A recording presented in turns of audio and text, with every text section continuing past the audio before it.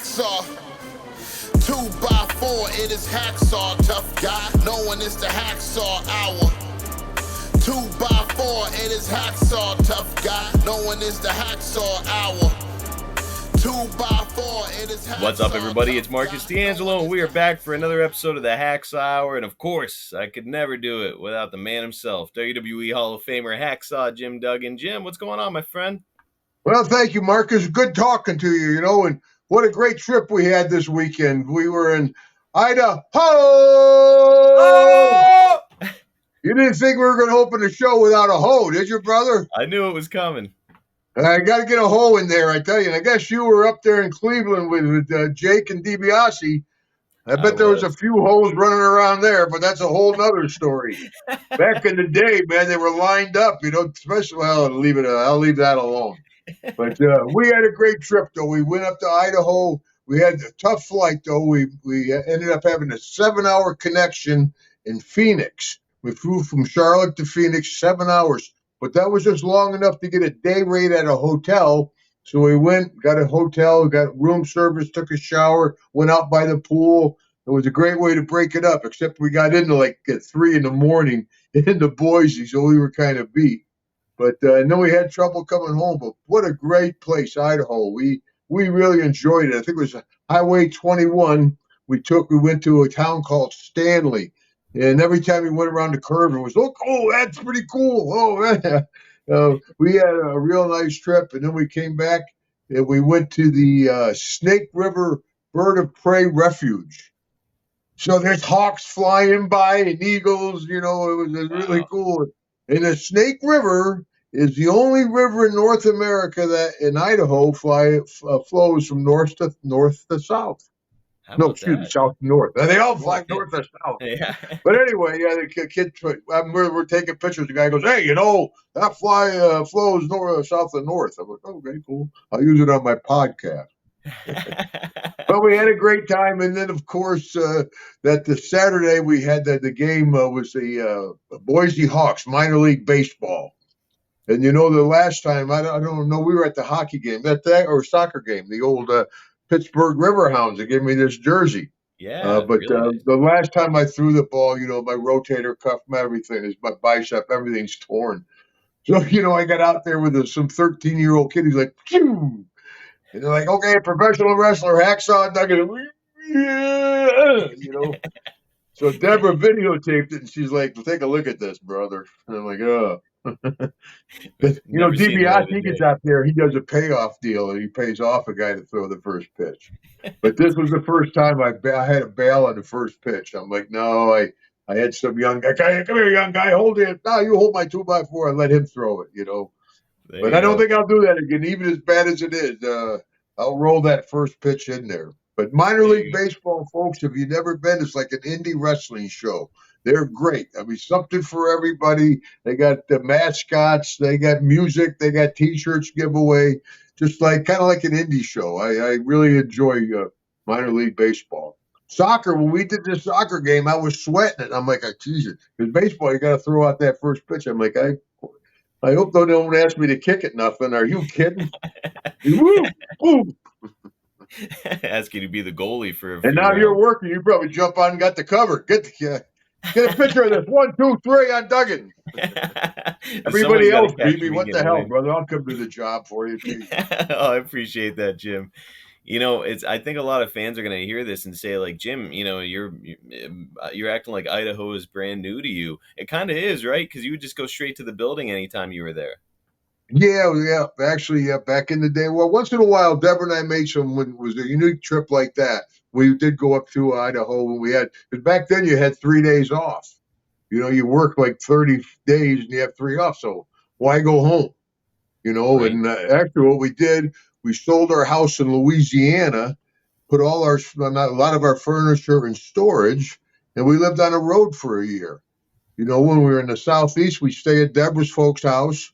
We're up in the Northeast, we stayed with my pop. And when we're out west, we just live on the road, and we bankrolled, and we were able to buy our house. Wow. Yeah.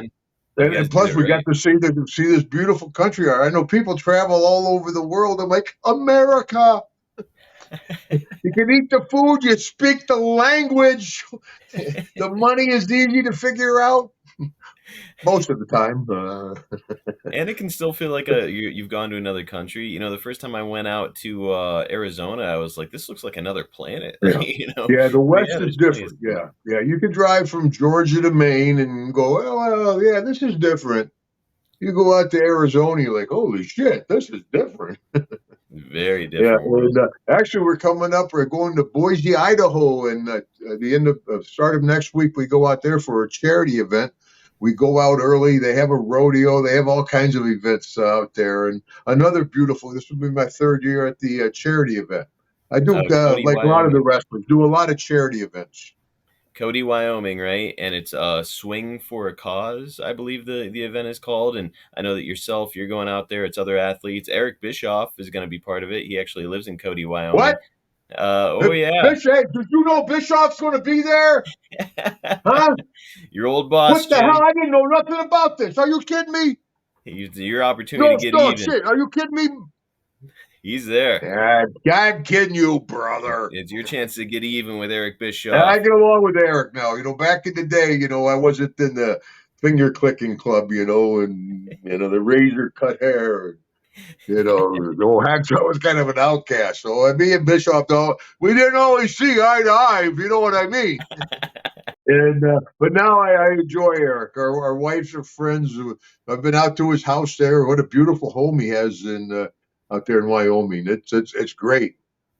Beautiful area. And yeah, if you guys can get out there to Wyoming this coming weekend, Jim will be there, Eric, and a lot of other folks, athletes, and everybody else. So get out there. Plus, Cody, Wyoming, what a historic, awesome town it is. So Gorgeous, make your way there if you can. right there on the right by Yellowstone. And I tell you what a year we've had so far. We went to Yosemite, we went to Jasper, we went to Banff. This past trip it was great. And again, we were on the river in a little cabin. No elk came by, but we had a great stay in Idaho, and the folks were amazing. I mean, it's not really like a general store in a place called Stanley, not a really big town. It's right there by the Sawtooth Mountains. Yes. How cool is that? The Sawtooth Mountains. So we went in this little grocery store and general store trying to buy some supplies and stuff. The guy's like, Hacksaw Duggan. I'm like, yeah. Amazing appeal of wrestling, man.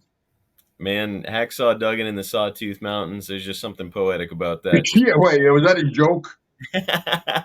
See, I was just I've got thinking feelings too, Marcus. I told you before, big guys have bigger feelings. that could be like We your tag actually team hurt partners. more. Sawtooth Duggan, that could have been the alternate name. Could have worked. Who that? Yeah. What do you mean? But look, we're doing something really fun. You got to this go to week. work now? Are you kidding? Oh, you know me, We dude. sit around and BS more than we work, Marcus. I'm like Vince. I got to crack that whip. We got to get to work here because your fans wrote in. You're talking about Vince's private life, right? I'm not like Vince in that way. Pinocchio. Oh no, I'm staying away from that shit, brother. If you will. Yeah. That was a good one, Marcus. Yeah. I'm just digging my hole deeper, aren't I? No, this week we're taking your fan questions. Your fans wrote in, brother, and we got a bunch of really great ones. Cool. Good. For another Hacksaw Mailbag. So without any further ado, let's go ahead and get into it. The first one we've got is from Chuck Montgomery, and he says, I've always been curious. I remember you breaking a 2x4 over the Andre the Giant's back. Was that planned, or was the 2x4 gimmicked? If not planned, did Andre have any words for you? Yeah, it was gimmicked, but it wasn't gimmicked enough. If you notice, when it finally had to hit him twice, and when it broke, it went end over end out into the crowd. Yeah, yes. It was. And I was like, oh, God. He's waiting for somebody to get impaled with it. But and Andre, he was not happy with it. Yeah, no. But he didn't beat me up. He didn't eat me. So I had a good rapport with Andre, and he knew, he told me to lay it in, but I knew I hurt him because I could hear him, and I didn't want to hurt him. I didn't. Yeah, that's why I never did none of those crazy finishes. and hold a guy and drop him on his head and all that silly stuff, running clothesline. I don't ever want to hurt anybody. But on TV, you want stuff to look good. And Andre the Giant, I wanted to look real good. And it hurt him, and he was not happy. But he wasn't like pissed off like he would get a John Studd. He's like, Duggan, still step. Don't step, Duggan. Hey, Now, was mushy. Yeah. now, Like he didn't stick me on the end of the 2x4 like a popsicle. I got a Duggansicle.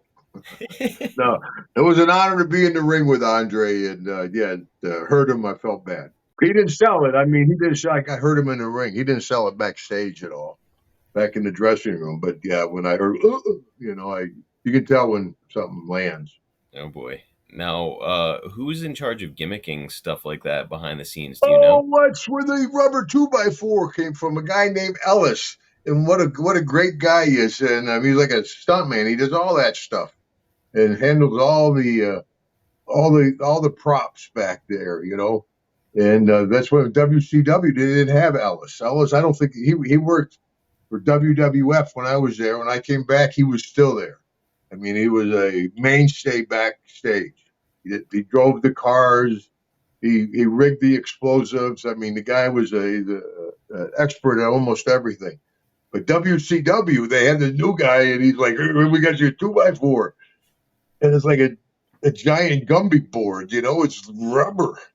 And Shane Douglas is like, Duggan's been carrying a board for years. He never heard nobody. What the hell you give him that for, And because boom, things get going. I run down. I got my Gumby board. I run down. Wham! I hit like I don't know that Rey Mysterio Dean Malenko group, right? I run down. Wham! 2x4 goes wee, across his back. and I panicked. I'm like, oh shit! But I should have just canned it. I should have just dumped it. But instead, I'm like straighten it out. They got me on camera trying to straighten out my Gumby board, but that was the last time. But a guy named Ellis, I can't think of that was his first name. Man, nice guy, good guy. I used to rib him all the time at catering, especially because I would just come in every once in a while. In catering, everybody's eating. I'd wait for Ellis to get his food. He set it down. He'd go get a salad or drink or something. I'd come in. I'd steal his food. Yeah. It got to the point, man. He's back there. He's like, Duggan! I know you're in here. And then Jen at catering.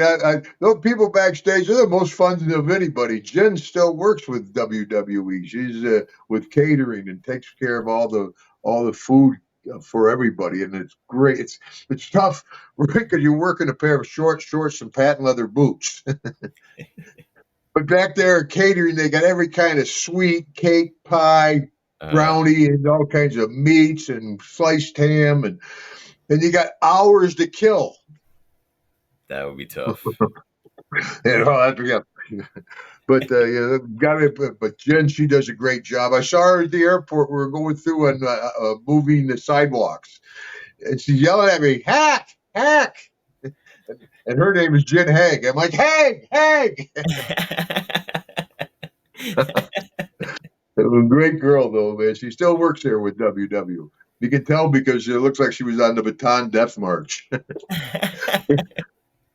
I still work for the company. Another city. No, not as bad as the old days, I guess.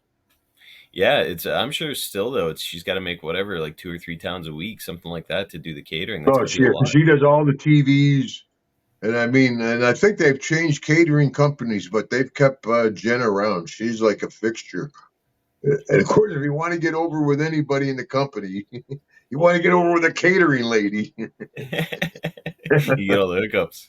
And I used to sneak out to the catering bus, Forget all the boys. Everyone going on the boy. I don't want to look now, I'm going to the catering bus, Man, it would be I don't know what they were doing out there at that catering bus. Just eating the catering, right? Yeah, but hell, he always ate a lot after. Now, next up, we've got Lane Ruggiero, I think is how you say it. has Jim got any stories about the late great Sika and Hawaii? We haven't gotten to talk about Sika yet. He passed away. Yeah. I think I might have, excuse me, told it on a different way, but back, I got that picture over there. I should grab it later. When I was breaking in, started off as Big Jim Duggan, went up to New York, Big Jim, and they called me in the office. They're like, kid, we're going to send you to learn how to wrestle, and we're going to send you to Hawaii. And I'm like, okay, that sounds great. And so they sent me on a plane. They flew me out to Hawaii. And I met Haku out in Hawaii. I've known Haku longer than I've known anybody. This was probably 1980.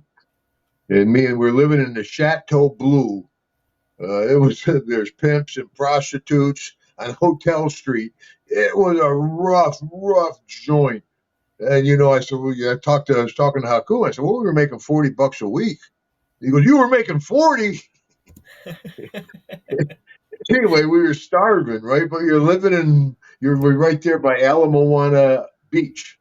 So everybody was into jogging. We'd jog down to Ala Moana Beach. And of course, there'd be a lot of girls from Idaho or Ohio or wherever. And we started poking the Pakalolo and shit. That was a great time. Everybody's in good shape and stuff. But we were starving. The Chinese buffet hated us. All you can eat. No wrestler, no. Then we all come in at once. Ziploc bags and stuff, I'm sure. Every once in a while, Alpha and Sika would come in from Japan because all the top guys would work for WWF and fly to Japan. On the way back, they'd stop in Honolulu and do a show for the High Chief. And they put me under a mask. I'm like, hi, I'm Jim. How you doing? I like to wrestle. They're like, put a mask on this kid. So I'm wrestling as a convict back then. I said, like, why'd you put this C's on your ears on your mask? I'm like, they're not ears, they're C's for the convict. But anyway, and whenever Alpha and Sika would come in, there was a Victoria Station steakhouse, where they had like the train part sticking out. And they'd take us in and buy us a big steak dinner. All right. Something you remember to the day, the day you die. I mean, we're like meat. Oh my God. Rolls.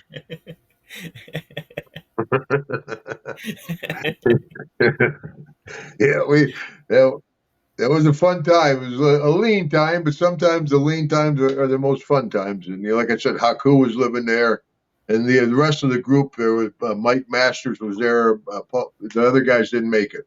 They left the business, of course. But Haku and I were they were stopping on the fingers for a while, but we hung on. Man, starving like that would make anybody want to quit the business. But yeah, you guys hung in there. And the Sika, I mean, it's like the Indies nowadays. The Indies nowadays is just on a different scale. Of course, you didn't only work twice a week in Honolulu, Pearl City, and then once a month they'd have that big show at the arena in Honolulu, and we would hope Sika and Alpha would be on the show. Meat. Now, as you got to know Sika later on, any experiences around him or with him in the WWF? Yeah. If I was doing an autograph session, and there was a lot of folks there. God bless. Thanks for coming out, everybody. And I'm signing away, and I could see her. Hey, Hacksaw. And I looked up, and it was Sika, but it didn't register. And I went, yeah. And I put my head back down, and I'm like, holy shit. And I said, brother, oh my gosh. And he was like, I'm like, oh man. And every time, we tell that story, we've known him for how many years, the 40 years. And of course, every time we see him, because that appreciative of a guy helping a jabroni guy out like that to buy him dinner. Something I remember to this day as I tell that story. Man, God bless Sika and his family. What a loss. But, he's got that family tree has got so many people still in the business. His legacy lives on through his son. I wrestled so many. Yokozuna, I wrestled Yoko. He's gone. Umaga, I wrestled Umaga a lot. He's gone, man. Mm-hmm. Yeah. Man, what and a me shame. and Kishi are tight. I like Kishi. I get along with Big Kishi. Rikishi's amazing, and Roman Reigns, man, he's lighting the world on fire, and that's Sika's son. So I'm glad that his legacy gets to live on. That's my Next, deal. Thank goodness neither one of my girls wanted to wrestle. Everybody like, you don't want to wrestle? No. Because if my deal, kids come up and go, Hacksaw, I want to be a wrestler. Do you have any advice for me? I said, yes, I certainly do, young fella or young lady. Get golf clubs. That's where the money's at. 4. and you never A have lot to take a easier ball. on the body, too. Yeah. Jim, if your daughters had wanted to wrestle, would you have discouraged them or tried to help them out? If they really wanted to, I would help them out, of course, if they wanted it. But they just never had any interest in it. I wanted to do they wouldn't do it, though. I wanted to do an April Fool's deal. I have my girls, they've been in India training. I got Celia and Rebecca, the dangerous Duggan daughters. We've been training. We're going to take the world by storm. I don't know if it's going to be WWE or AEW, but the 2 girls, the Duggan daughters, are taking over the business, tough guy. Give them a hole, girls. That could They work. slapped me over the hole. They're like, nah, I thought it'd be a great April Fool's, I love Them it. dressed up, they wouldn't go for it. Yeah, they get hot anyway when I took, give them a hole. They're like, Dad. Man, the Of gimmicks are course, there. when they were in high school and high school sports and even college, my one daughter played college volleyball. Got a volleyball scholarship. I did. Oh, and all those girls on those volleyball shorts. Or worse, my other daughter Rebecca played soccer, and they were down at the soccer field, and I pulled up. I'm on a hill with binoculars, watching practice. My daughter's like, Dad, it's not the right look. I'm just watching the game. That way I don't have to walk all the way down there. You're not parenting right unless you're embarrassing your kids every once in a Oh, while. well, there's one more quick one.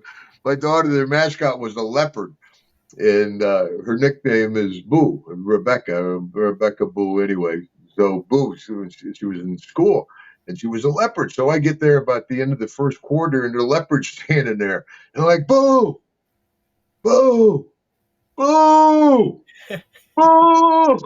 My daughter comes up, she says, Dad, I'm the second half. Everybody in the place is like, why is that old man yelling at that kid? Oh. Oops. It's my daughter. Sounds like you're just I'm booing the yelling girls. boo at the mascot on the same side as our team. Like, that Hacksaw, what an asshole. That's great. Michael Orway is up next, and he asks, what's the biggest bump you've ever taken? Back in the day, I did take some bumps, man. I choked me out of this chair, maybe. But back in the day, yeah. Back probably coal miners' glove stuff off the pole, the coal miners' glove matches.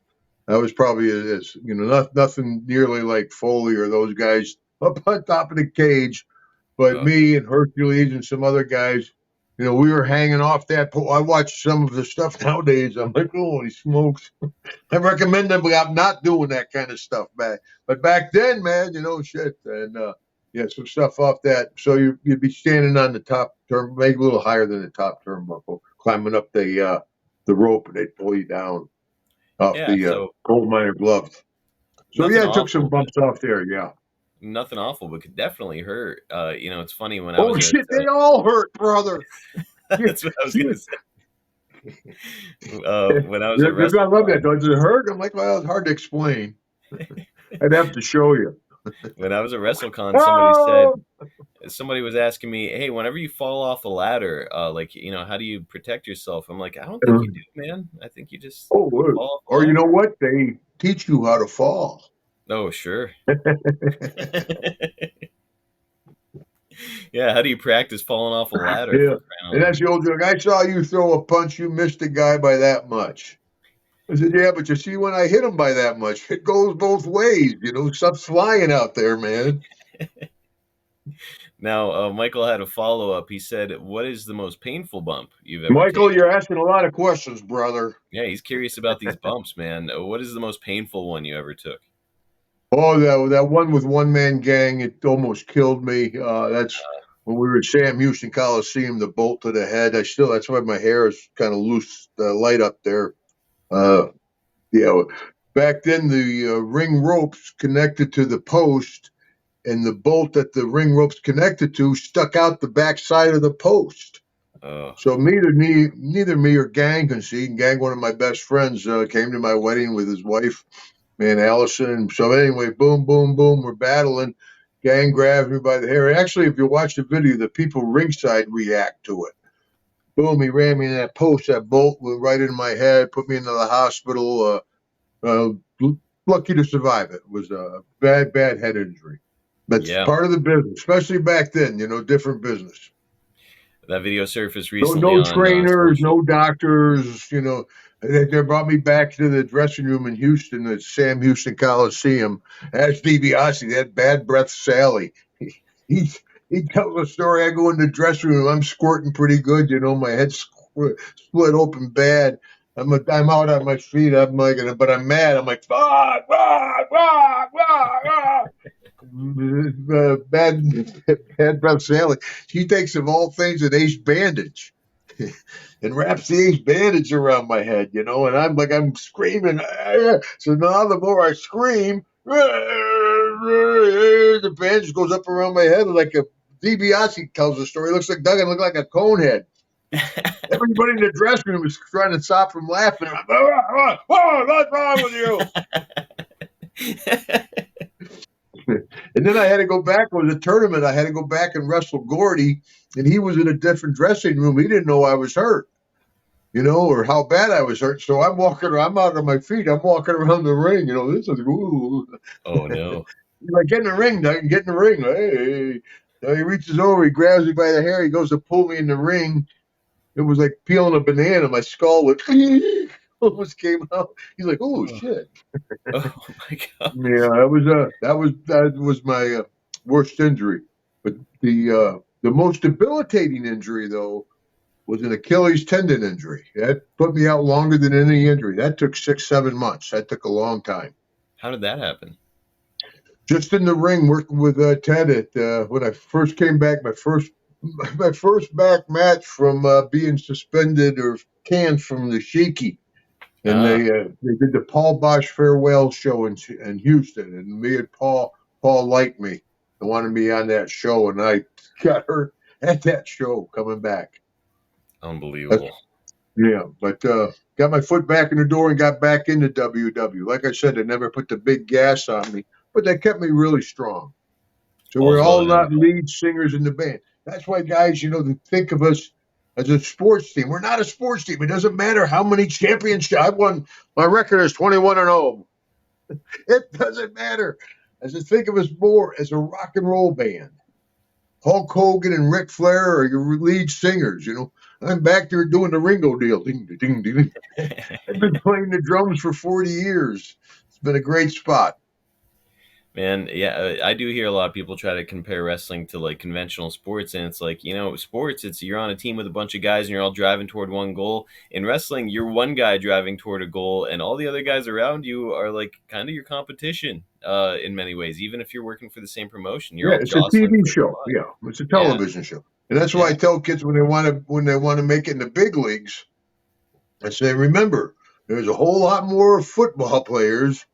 There's even more basketball players, and then again, it's just not kids from America. You got kids from Japan, Australia, Europe. Everybody wants one of those spots, man. It's a very, very, very competitive business. It has nothing to do with it being fake or fixed or predetermined or whatever. It's one of the most competitive businesses in the world. And the guys that are up at that level are the best in the world. And the women, of course. Yes. Peter D is up next. Hi, Hacksaw. How was the WWE locker room in the 2000s compared to the 1980s? Even my daughter popped on that one. I heard Celia in the background. Did you hear? Yeah, maybe a little wilder back in the 80s, brother, you know. You'd come in, there'd be Sean and Marty sleeping under the table. They just got in. They've been out at the bar all night, all day.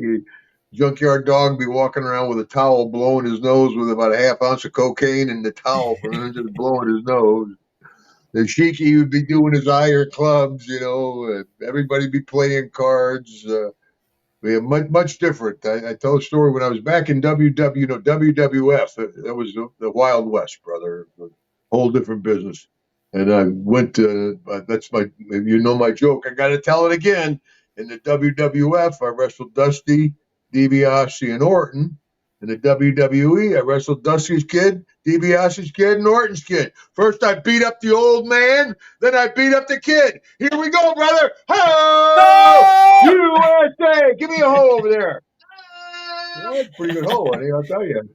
But when I was in WWE, right, or in the E, we went to Australia. So we go down to Australia, and after the show, of course, WWE sells out pretty much all over the world. Australia's no different. They love us down there. Wrestling in general. Do a lot of Comic-Cons and stuff down there. But anyway, so I go down to the bar. All these pretty girls.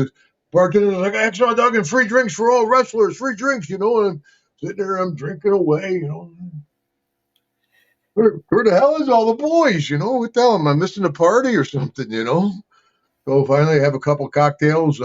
Take the elevator. I go up to the floor. It's all secure, all the WWE security and everything. I walk down the hall and I hear a little bit going on. I'm like, all right, party time. I go down there. I open the doors. Hey, it's Hacksaw. Hey, Hacksaw. All the young kids. Hey, it's Hacksaw. Hacksaw. You know, they're all in there playing video games. What's wrong with you guys? Go down there, screw some women, drink some booze, kill yourself. What are you doing up here? Kids, much more professional. Yeah. And like I say, the kids nowadays I think are probably better athletes, but our generation was much more creative. I tell a story. I went to WWE and the young guy came up and said, Mr. Duggan, here's your verbiage for your interview. My verbiage for my interview, how's some punk kid going to tell Hacksaw Jim Duggan how to cut his interview?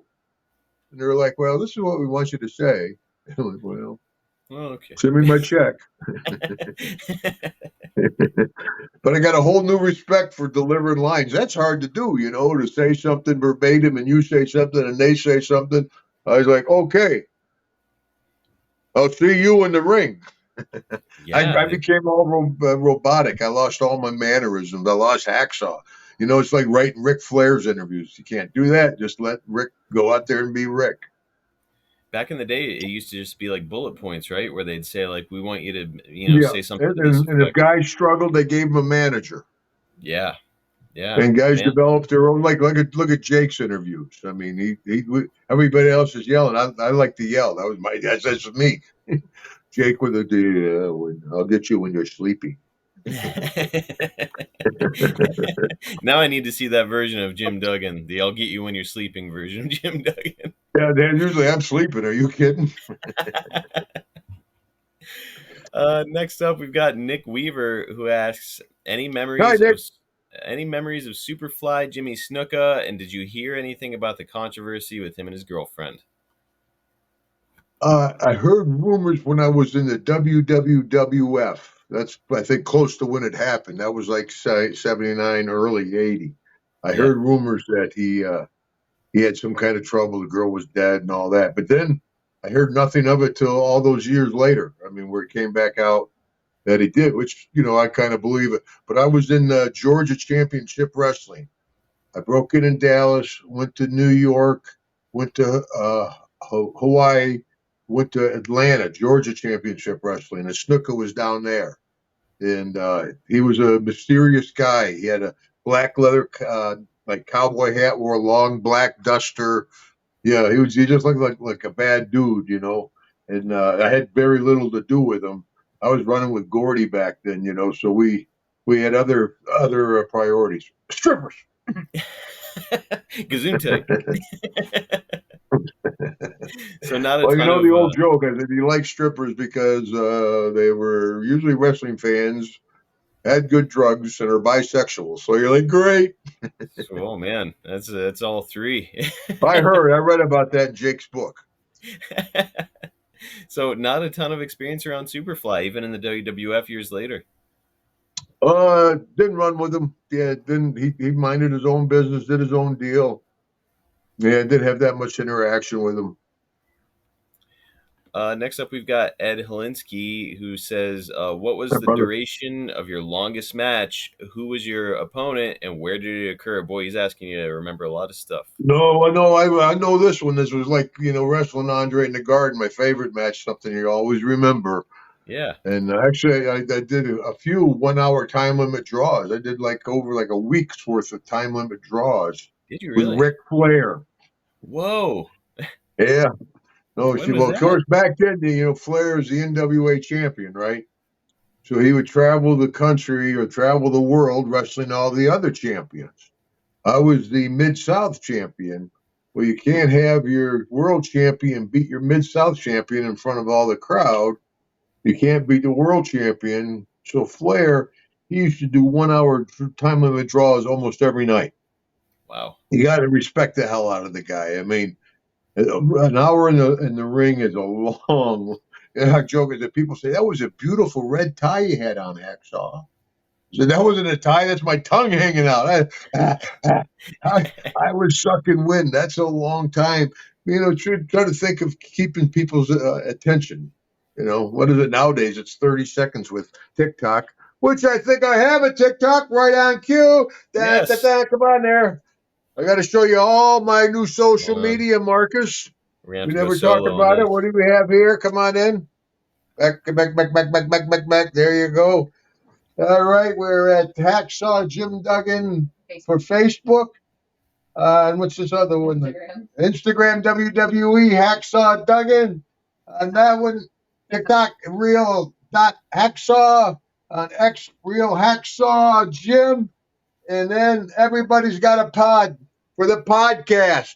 Talk about a plug. Way to go, see. Thanks, honey. Thank you, Celia. That is awesome. And yes, guys, I got to please get go my out of your social way. media going. I see Jake and Teddy. They got some big social media, man. And I'm like, well, I know Marcus likes you guys better. I don't know, Jim. I think that your social media is a head and shoulders above the rest. And But now you're I on don't deal. TikTok. Yeah, I have fun with it. People say I got to get the people always ask me. So I know I kind of sprung that on you. So surprise, Marcus. No, And since we're talking about stuff, let me tell you about stuff. Man, it is great that you're on social media and fans get the chance to interact with you. If you aren't following Jim already, please go out of your way to do it. And make sure you follow this podcast. Like you said, Everybody's Got a Pod on YouTube. All right, next up, we've got Dave something. Just lost it. Hold on. Sorry, Dave. Dave Humphreys, who asks, What's it like being able to walk into a store and buy merchandise of yourself? What do you think the first time you saw your own action figure, Jim? Yeah, that was really cool, because I was not the first group of action figures, besides G.I. Joe back in the day, the actual G.I. Joes, there wasn't really action figures. And then Right. Vince, that first group of action figures with his Cheek and Hulkster and Nikolai came out. I think I was the second group. And yeah, it was exciting as could be. Yeah. And then, my one regret though is during my heyday, my daughters were young, so they never really got to see that, to go into a store. And it's always more fun to share that with people than going in somewhere like that. That's me. Hey, hey, Come over here. yeah, come here. You want to see that? Animal crackers. No, not that. Yeah. Now, But a few, but what's even better when somebody goes, and you're like, oh "Hey, yeah. that's you." Now, a few years ago, you had a couple new action figures come out. Did your daughters get to see those in stores? Oh yeah, yeah. Now with the major bendies are out there, and I Yes. think Magnum TA is coming up with some action figures. And I think my generation of guys are becoming even more popular than we were back in the day. I mean, course, he can only name the 5 of his left or something. I mean, that's what, that's where the Crime Time. I love those kids. Back when I was working with them with WWE, they're like, Hacksaw. Every time you come out, the crowd goes crazy. But it's like, oh my God, Hacksaw done it. The bastard. Yeah, bastards. I joke that Ric Flair and Hulk Hogan call me kid. And Jake says he's younger, but I want to see a birth certificate. All these years, Jake's been going around. Yeah, I'm younger, Duggan. Yeah, I'm younger. Right. Got any paperwork? Look, my dog ate it. My Speaking of snake Flair, ate it. Yeah, you get away with it. Damien ate it. Speaking of Flair, I wanted to ask you, going back to that, you doing 1 hour matches with Sorry, Flair. yeah. Got off on something. Okay. I totally forgot about it too. Him doing 1 hour matches with you though, like, is Flair taking care of you, like doing rest holds during all of this to like kind of help you out, or how does the whole thing go? Yeah. Flair, I have got to get along good with Rick. I haven't had a drink since. Well, we'll see. I have had very few drinks since Pipe died. But the time that I do have a drink is when I see Flair. He's like, you gotta have one with me. Yeah, are you kidding, Rick? I have a drink with you. I get along with Rick, even though, back then he's a GQ guy and me and Gordy and Doc were in another group. But we worked together, very professional. He took care of me. So out of the 60 minutes, about 54 of them were their headlock. There you go. That helps. You okay, Hacksaw? You want to hit the ropes again? Are you kidding me? No, we put on a good show, man. I tell you, no matter what, you're out there in front of those people. If it's a small house, it's a big house. If they're into it, man, you just can't help. I tell that story. You're out in the back. You're in the dressing room. And you're lacing up your boots. You've been on the road for like 20 days. You've been out partying, or you don't feel good. Your flight's late. You hadn't had nothing to eat. You feel like garbage. You grab your 2x4. You're standing in front of the curtain. Dun, dun, dun, dun, dun, dun, dun, dun, dun, dun, dun, dun. Oh! Curtains come up. The people are yelling. The lights are on. Oh, shit! It's like a huge shot of adrenaline. People, well, how does it feel? How do you think it feels, brother? It's hard to do that. It's no matter how tired. At least for me, man, I'd come out there, man. Of course, sometimes some of the guys come out. The people are like, oh yeah, oh. or Circus du Soleil. Yay! I'm not critical. Are you kidding? They get 200,000 people at WrestleMania. I mean, people, I don't like the show. I said, somebody's watching it. Yeah, they're doing something right nowadays. Holy smokes. Next up, we've got Lisa Cromer, who asks, did you ever work with Blackjack Mulligan? Wow, I don't know if I ever worked with Blackjack, tell you the truth. I don't think I did. I know I was with him there in Georgia Championship a little bit, and then down there in Florida when I left Mid-South. They shot the angle where I got hurt in Mid-South, and I went to Florida, and Kevin Sullivan possessed me. Yes. And I was working with Dusty down there as a heel. And maybe then we crossed paths, but never like in a sustained angle or nothing. We might have, did a house show here or there together when somebody doesn't show up. You guys got to work together, work again, That's why you always bring your gear with you. That's my first match. You got your gear, kid? I'm like, yeah, it's in the car. Go get your gear. Wow. And that was it. I got my foot in the door. Now, Jim, were you close with Kevin Sullivan at all? Not close, no. I get along with Kevin. I know he's going through some hard times right now. Yeah. But, I was on the indie show when he got hurt down in Miami probably 10 years ago. We were always and that's something about indie shows. Kids try to do so well that they hurt you. And he got hit with a kendo stick. It bounced back somehow. It hit him in the eye. He had a lot of eye problem from an indie show. Now he's got all kinds of health problems, I guess. I can relate, brother. Yeah, they did a GoFundMe for him, and he like met and way far exceeded the goal on it, which is great. Yeah. So, Well, yeah, there's a good. guy that lived his gimmick, man. Because back then he was a devil. I was gonna, he possessed me. I was like, I wore a crucifix then.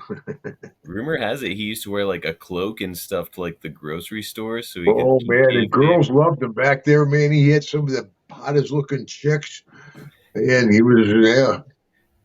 But yeah, we never ran together or nothing, but I knew him. And then when he was booking at WCW a little bit, but yeah, nothing close.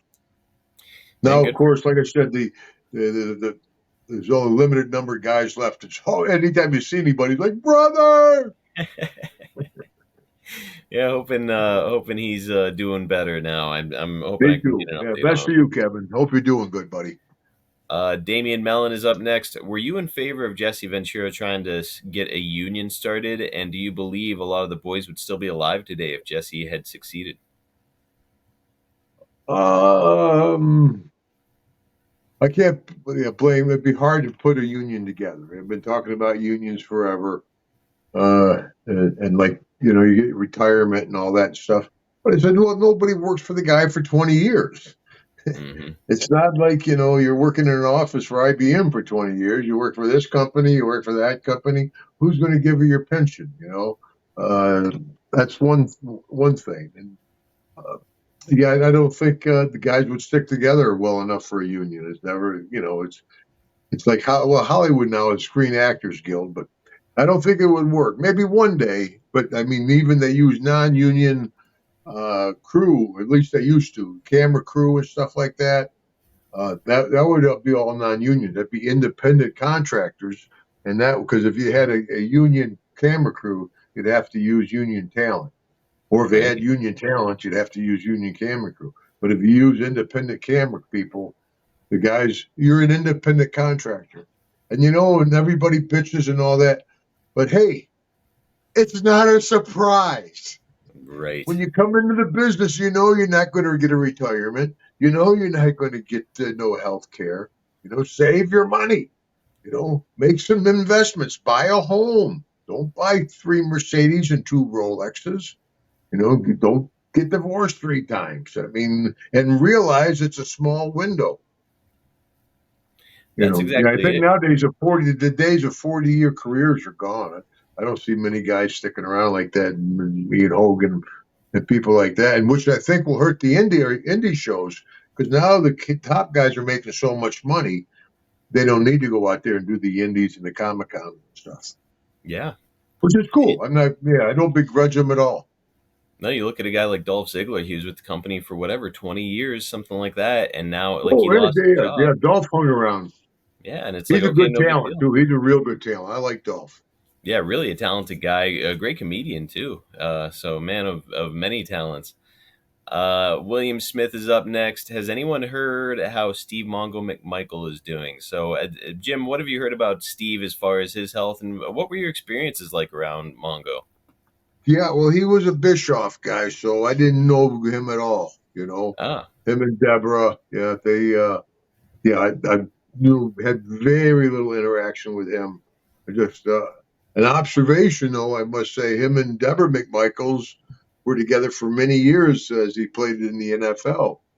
mm-hmm. They were in wrestling. 3 years they got a divorce. You're like, whoa, welcome to the business, brother. Where's your wife? It does tell you something, right?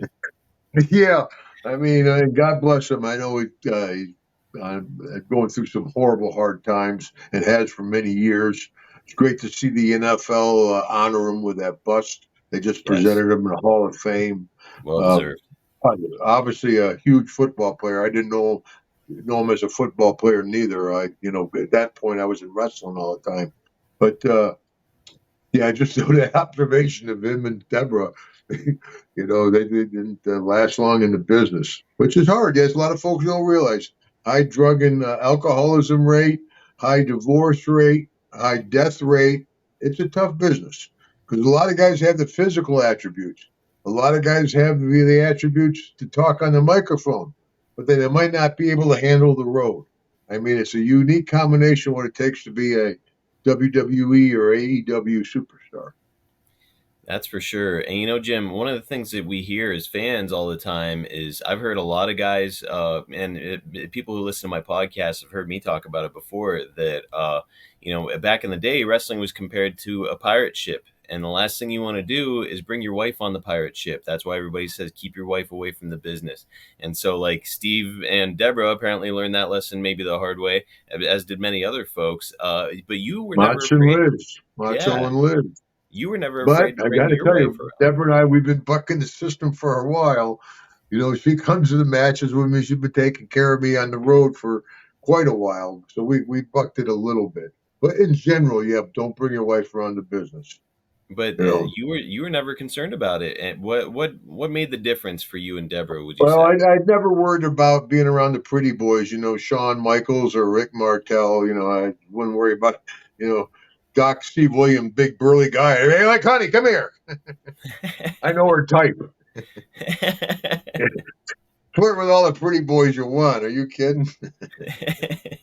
Steve Williams, I'm like, yeah, Gordy, get over here.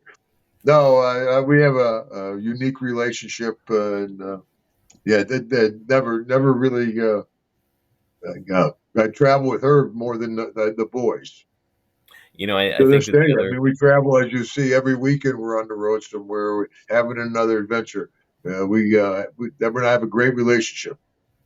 the other reason that a lot of the boys that I've heard didn't want to have their wives around the business was because of their girlfriends that were on the road, and that was not an issue for you. So I'm sure that contributed as well. Yeah, I mean, what was that, a shot, brother? No, I'm saying you were faithful. No. I mean, yeah, a lot of guys, we're different. Everybody's an individual, but there's other guys, Tito Santana, Jerry Sag's been with his wife for a long. Eric Bischoff and his wife been together for quite a while. I mean, everybody, as we talked before, everybody talks about the dark side of the ring. Today, there's the right side of the ring. I've been with Deborah for 40 years. I never had to go to rehab for booze or drugs. I put 2 daughters through college. So no felony arrest. A couple misdemeanors, but it was the 80s. You guys are survivors. It's awesome, and yeah, it's you can kind of count on one hand the people that were able to live that experience. So pretty awesome stuff, Jim. Yeah. We'll do a couple more. Go ahead. No, just say it's been a great ride. That's why I do these shows, and people are like, how about that? How about that Vince McMahon, that son? Because I worked for WCW Mid-South. I worked for everybody. But all 99, 98% of the folks I talk to when I sign an autograph and talk to them, they're talking about WWF, the golden age. And so I say, how can I talk? Could Vince have treated us better? Of course, he could have treated us a whole lot better. Is he an admirable man? No, not at all. I wouldn't want him as a friend. But at 70 years old, I travel the world signing autographs and taking pictures with people because of what he did. So I don't hate Vince McMahon. No, how could you? Love him or hate him, presented a lot of people with opportunities and made a lot that of was guys your boss. He's not your friend, Right. He's your boss. A couple more and I'll let you go, Jim. That dude Fox asks, "Hey Hacksaw, I've always wondered what your relationship was with Paul Wight in WCW, the Giant." The Giant, I got along with Paul. I was there when he first came in. The first night, I'm pretty sure he came. They brought him to Chicago at the old Rosemont. It was the first time he came into the show. I think so. Yeah. And I remember that. But anyway, yeah, I got along with him. I worked with him quite a bit there in WCW. I remember we went over to his condo. He was living in Clearwater for one of his birthdays. He was just coming onto the company, and I didn't know. I don't know why I went over there. Happened to be there. But anyway, a lot of the people were giving him gifts, were giving him luggage. I just remember everybody's giving him real nice luggage because they knew he was going on the road to wrestle, and then we both read for the movie The Water Boy. Oh. But of course he got the part. Yeah, I read for a few movies. It never worked out. I don't know why. I don't know. But yeah, I worked with. Are you kidding? If there's a giant in our business, from Big Show, Yokozuna, Umaga, Andre, Duggan, get your 2x4. Come on. I got to work with every giant there is. Are you kidding? Giant Baba. Man, they kept you running. Did you ever work with King Kong Bundy? He's another giant guy that I've Oh yeah, always think sure. of. Bundy, yeah, Bundy, yeah, Bam Bam Bigelow, one man gang. Oh Of course, I man, told you before. I enjoy working with the bigger heel. As a big baby face, I was 280 when I was wrestling. As a relatively 6'3", 280, relatively big baby face. Working with Shawn Michaels, and Shawn's working me over. People are like, "Well, hit him back, Hacksaw." But you got one man gang crushing you. Like, they're killing him. Oh my God, they're killing him. you can get some sympathy. Yeah, it's easy. At least for me, it was. Yeah. All right, last question. We'll wrap this one up. Felix asks, "What did you think about Big Papa Pump Scott Steiner? Was he as crazy as he seemed on TV?" Yeah, Pop. He's really changed. He was hard to deal with an awful lot. Now I see him at Comic Cons pretty much at least once a month, and he's a different man. Much more approachable. Much more personable. Yeah, he another guy that kind of believed his gimmick. Steiner.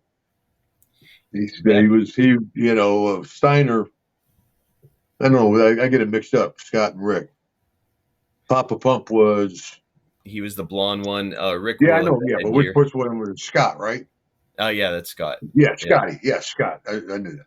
But yeah, he really became that Scott Steiner was gone.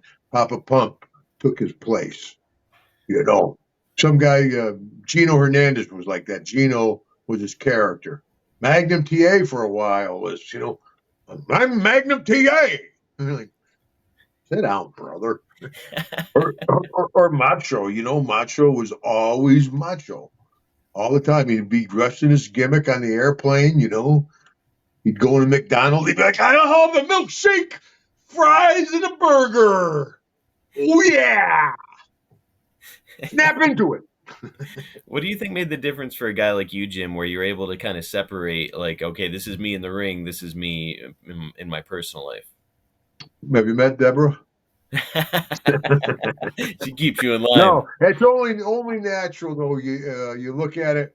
You work real hard to break into business. You work hard to get a break. All of a sudden, you're doing good. All of a sudden, you get the big break. You're on top. Something you worked hard for. You tried to achieve, and all of a sudden, it's been unattainable. You got it. It's yours. You're on top. They got action figures. People are cheering. You got 8x10s. You're signing autographs. It's only human nature.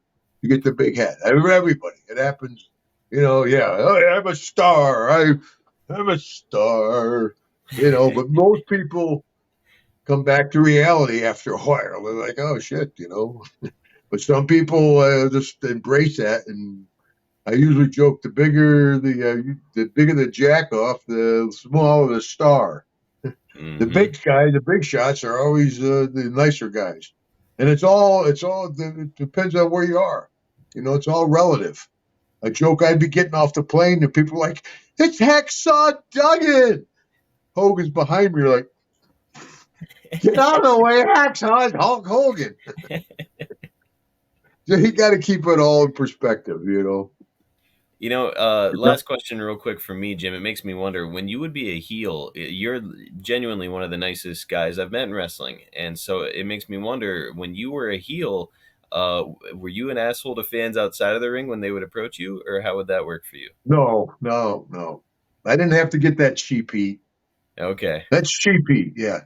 That's like tearing the kid's autograph book up or something, That was the big deal in the old days. You go down and you walk around the ring, and the kid would run up with his autograph book, and you're taking and tear up his autograph book. Oh. Or you're getting in the ring, and you lazy, fat, inbred people. No, that's cheap heat. Get your heat within the ring. Get your heat with your opponent. You don't need that. Anybody can go out and insult the people. So even outside the ring, a fan would come up to you and you drop the facade and just be Jim Duggan. Well, if I was in the ring or at work, yes. If I was in the arena area, yeah. Okay, Yeah, I got you. But yeah, if I was out at a restaurant or something and somebody said, "Hey, Hacksaw," yeah, I'd sign the autograph. Gotcha. Yeah, I didn't live the heel deal. I wasn't comfortable being the heel.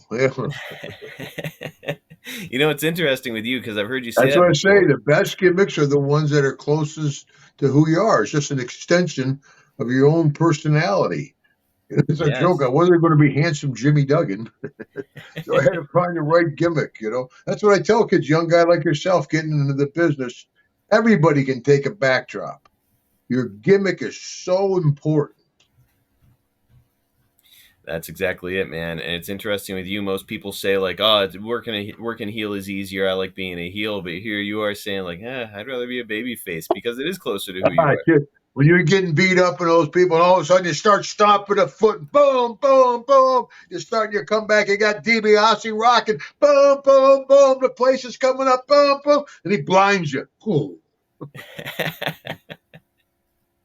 Called orchestrating the people. Bring them up, bring them down. DiBiase, a master. Jake the Snake, a master. Kurt Hennig, a master. Second generation guys like that orchestrate the people.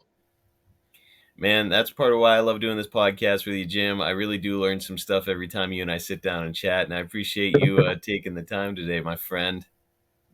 Always good talking to you, Marcus. I missed you. We had fun at the old Riverhound game where I didn't really recognize you. Jim, and that you ribbed me right at the start of it all. Almost got me thrown out of the place, but no, it was awesome to see you as always, Jim, and hopefully you and I can catch up here soon, but we will be catching up again in a couple weeks here on the Hacksaw Hour. Thank you, everybody, for tuning in. All right, buddy, say hello to Piper for me, and let's do one together, brother. Yes, sir. Oh! Catch you guys next time.